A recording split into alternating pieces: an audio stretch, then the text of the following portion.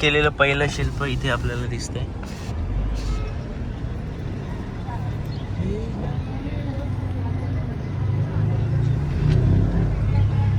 म्हसा म्हणून गाव आहे.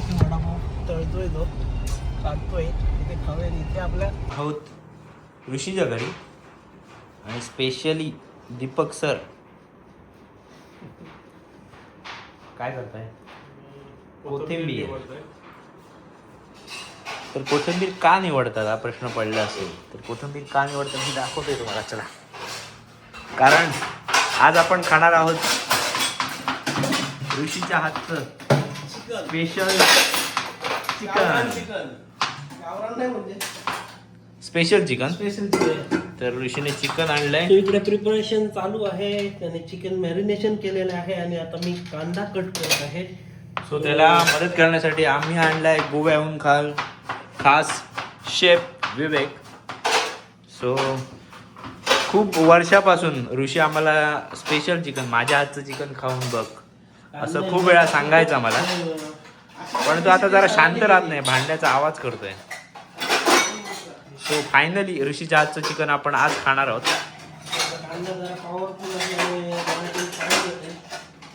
विवेक, कोथिंबीर कशी निवडायची सांग.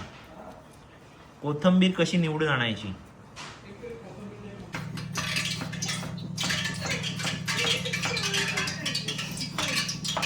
तडका. चिकन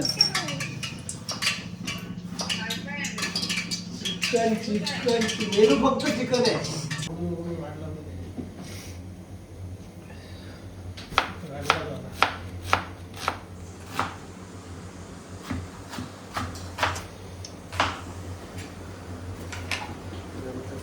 पार्ट झालेला आहे आणि ती कोथिंबीर तुम्ही मॅरिनेट खूप वेस्ट केलेली आहे. कोथिंबीर वेस्ट केली हो म्हणजे पटकन ते बघा ह्या काढून दे. सरळ वेगळी गोष्ट करून दे. मुळा एका साईडला करून दे आणि ह्या साईड याच्यात गाड्या गाडी असतात. पटकन जास्त टाकू नको कोथिंबीर. मला नाही आवडली. जास्त नको, गवत होईल ते. उडलं काय रे वर? गवत होईल. आणि सगळे ग्रेव्ही वापरावं. पालो खाल्ले गरम करून थंड करायचं. नंतर मग फोडणी बिडणी काय असं नको द्यायचं. हे टाकते सो आपण स्पेशली मोहरीचं तेल वापरले इथे. कोण वापरतात जास्त मोहरीचं तेल? हे नॉर्थ साईडला खातो. त्याची टेस्ट वेगळी येते ना. टेस्ट नाही वेगळी येत, तुला समजणार पण नाही. पण मस्त हेल्थसाठी पण आणि जेवण पण टेस्टी होतं. पचायला पण असतं. सवाट झालेले आहेत आणि आमची बस आहे रात्री. सो थोडं घाई चालली त्यासाठी. स्पेशल मस्त वास आला रे. वास तर एक नंबर आलेला आहे. Gravy matters. कांदा टाकला ना? कांदा टोमॅटो एक नंबर वास झाला. सो तोपर्यंत आपण ऋषीच्या स्टुडिओमध्ये जाऊन जे वर्क आहे ते बघून येऊ. सो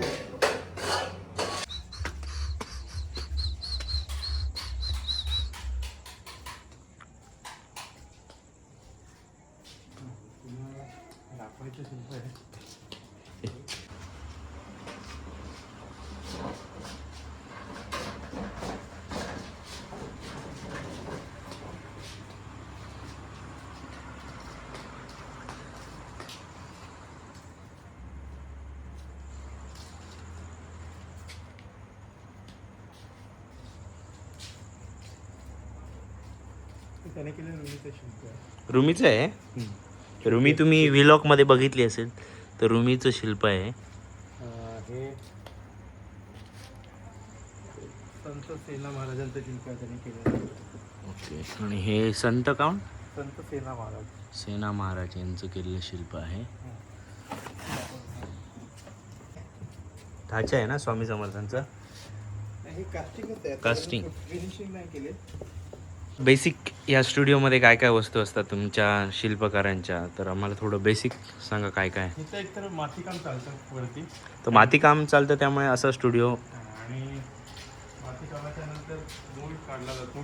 तुम्हाला मोल्ड बघायला मिळेल. हा मोल्ड आहे, हा mold. फायबरचा मोल्ड आहे. हा ना साचा ना हा अच्छा, हां. साचा थोडक्यात. ओके. तसं प्लास्टिकचा पण काढला जातो, पण सध्या इथे फायबरचे मोल्ड ठेवले. तर प्लास्टिकचा तुटण्याचा संभव असतो, त्यामुळे शक्यतो फायबरचेच काढतात. ओके. हा रबर हे मोल्ड mold आहे. आहे. इथे तुम्हाला दिसेल, रबर पण दिसेल. ओके हा रबर मोल्ड. रबर मोल्ड आहे, त्याच्यावर कवर पीस फायबरचं आहे. थोडक्यात आम्हाला इझिली समजेल असं साचा हां. फरक दिसतंय इथून बघू शकते बघ.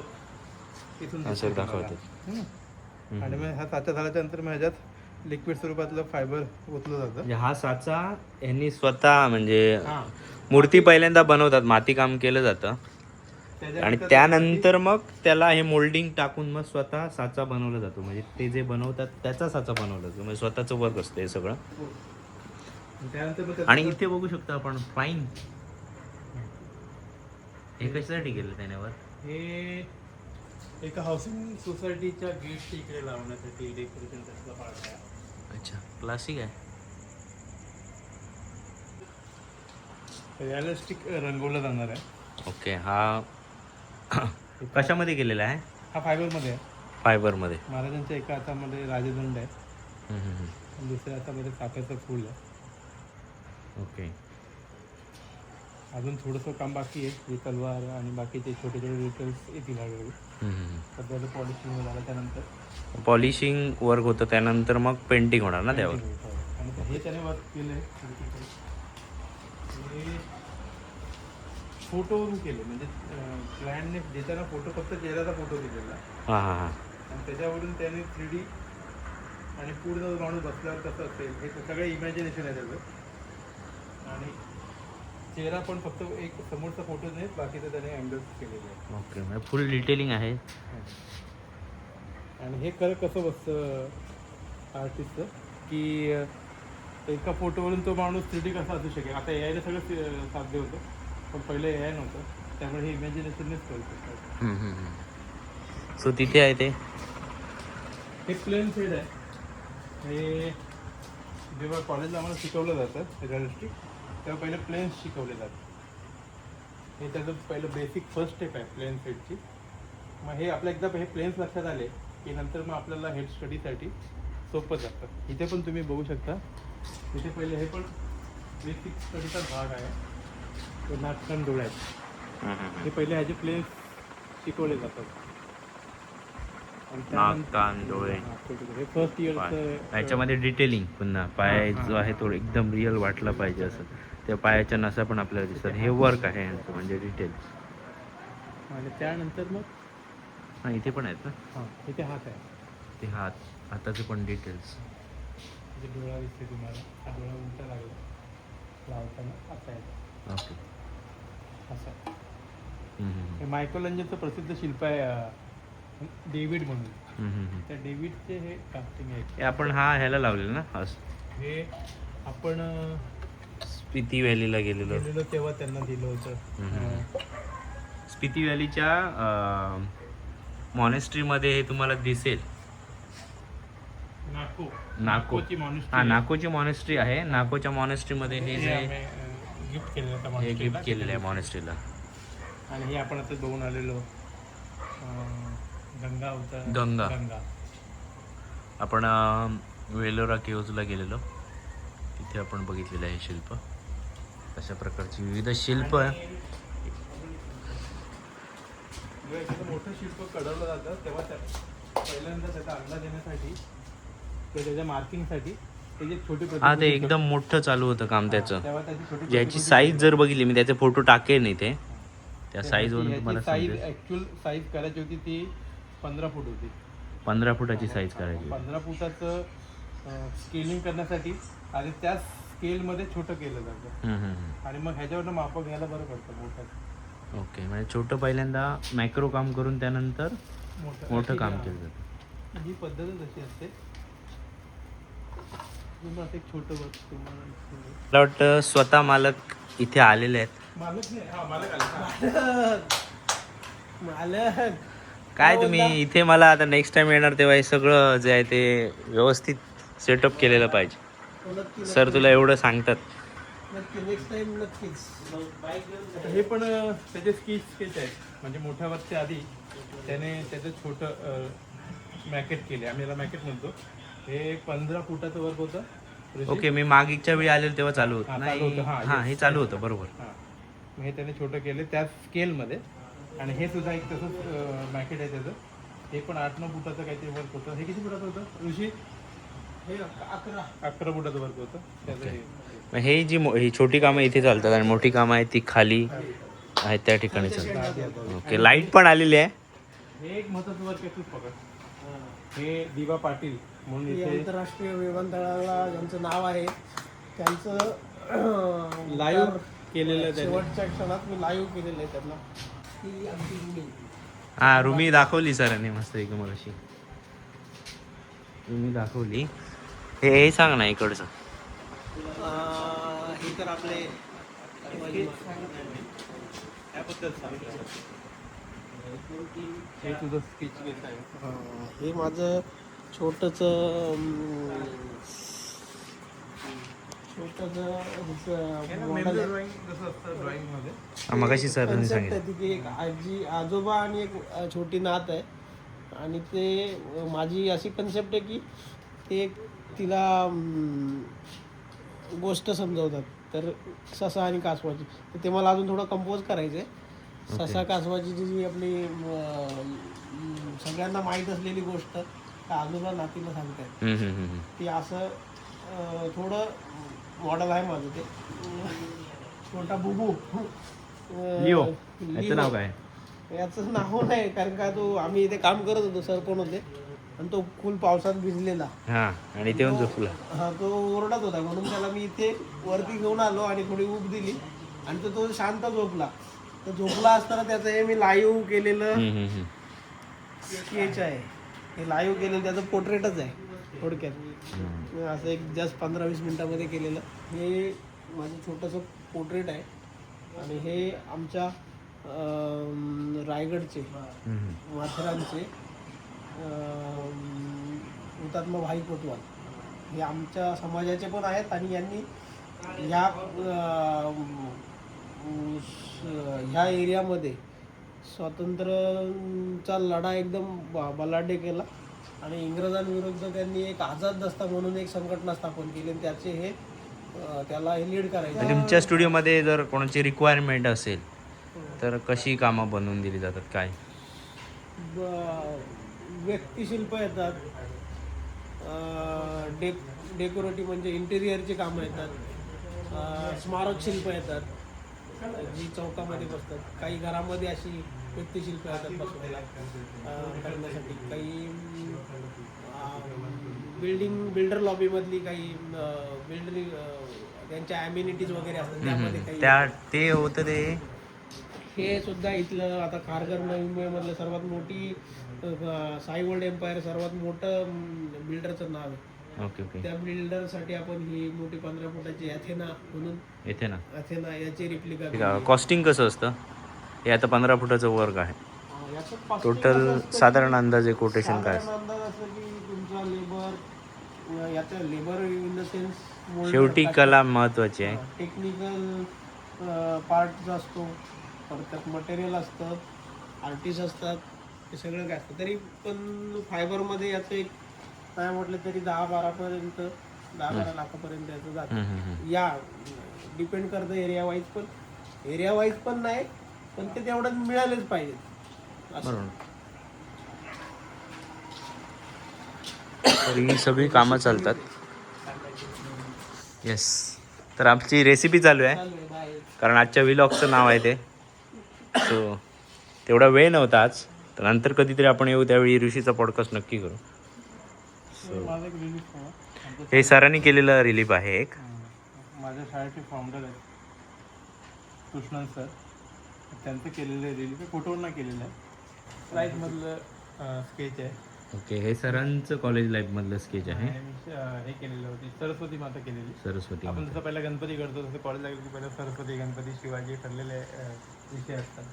तर मी हे सरस्वती केलेली. आणि माझ्या घरी पण घोड्यांचं जे 7 घोडे आहेत. 7 घोडी इथे दिसतात ते. हां इथे त्याचं एक कास्टिंग. त्याचं कास्टिंग आहे. सो माझ्या घरी जे लागलेलं दिसतंय ते सरांनी आणि ऋषीने केलेलं आहे. एक मी भारतमाता केले. पण त्याचं ते फक्त कास्टिंग आहे, त्याचं कलरिंग एवढं. फायनल रिझल्ट तुम्हाला फायनल लोकेशनला ज्यावेळी जाईल ही फायनल सगळं बनेल त्यावेळीच समजतील. हे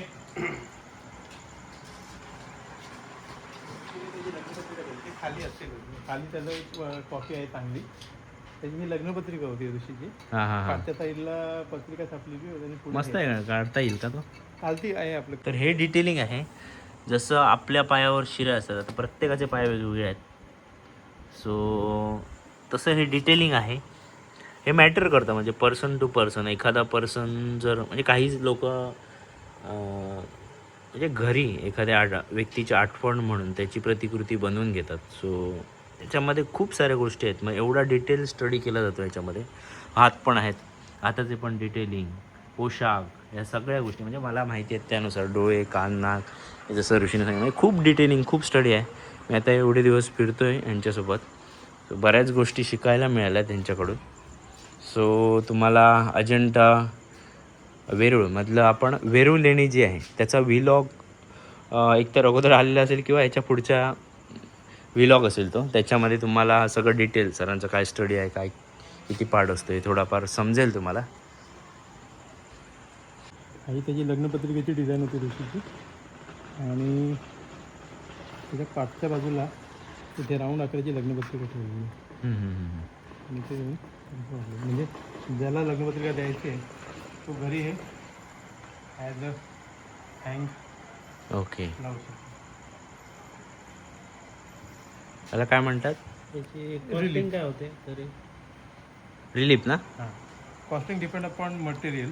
आता याने फायबर केले ना, आणि डिपेंड अपॉन किती क्वांटिटी आहे. आयडिया अच्छा आहे. बघितलं वर हो. तू का लटकव याचं लाईव्ह हे बंद केलं पाहिजे सर. ओके. हां ते ऋषीचं हा इथे मेन काम, मेजर काम चालतं मोठं. आपण मागच्या वेळी फोटो टाकलेले इकडचे. आपण आता इथे सध्या काही चालू नाही बट थांब ठीक आहे, जात आहे का खाली? जातो, पण तू इथून सावकाश ये. हळूहळू जावा. शेडमधली लाईट. तर मला वाटतं चिकन होत आलंय. ऋषी चिकन इन ऋषीज किचन. आज ऋषीचंच किचन आहे ना? हा, माझंच किचन आहे. सगळं घाई असल्यामुळे आज तुम्हाला हीट लागलेली आहे.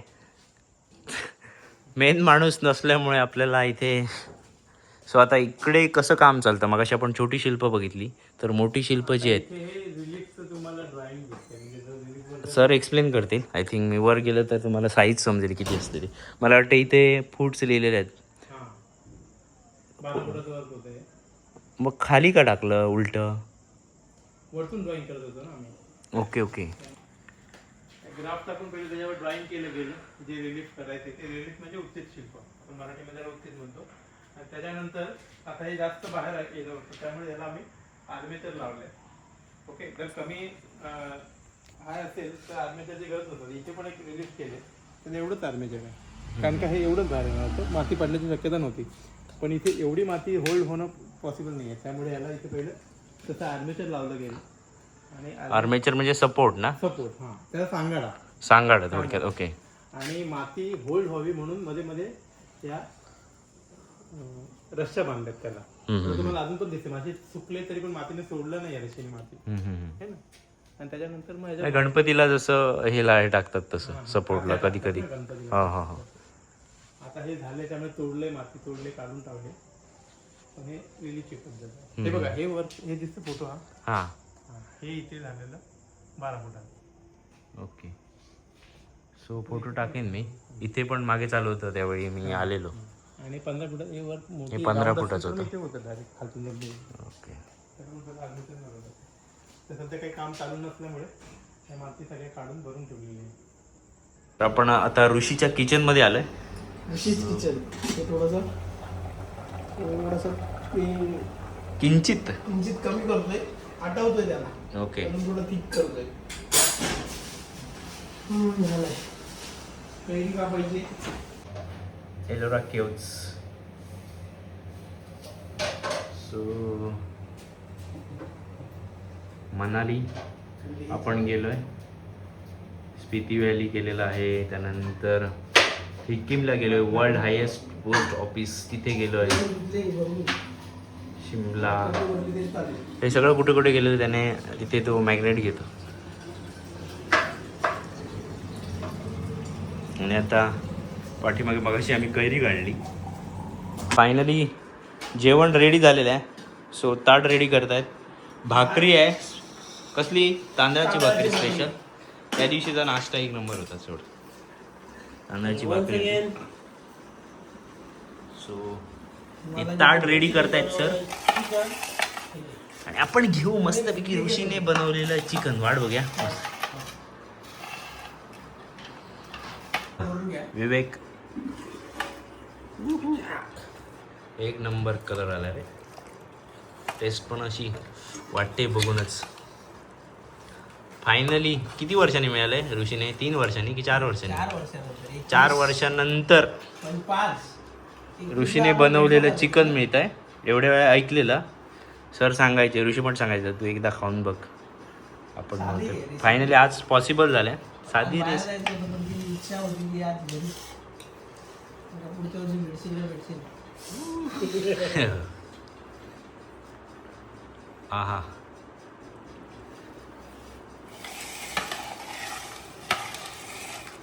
चला आपलं ताट रेडी झालेलं आहे. आता जास्त वाट नाही बघू शकत मी, डायरेक्टली आता खायला सुरू करतोय. तर आपण चलो.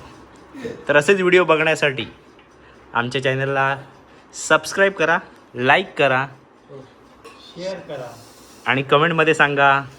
आम्ही सांगू चिकन कसं झालं ते. ऑलरेडी बघूनच समजेल तुम्हाला.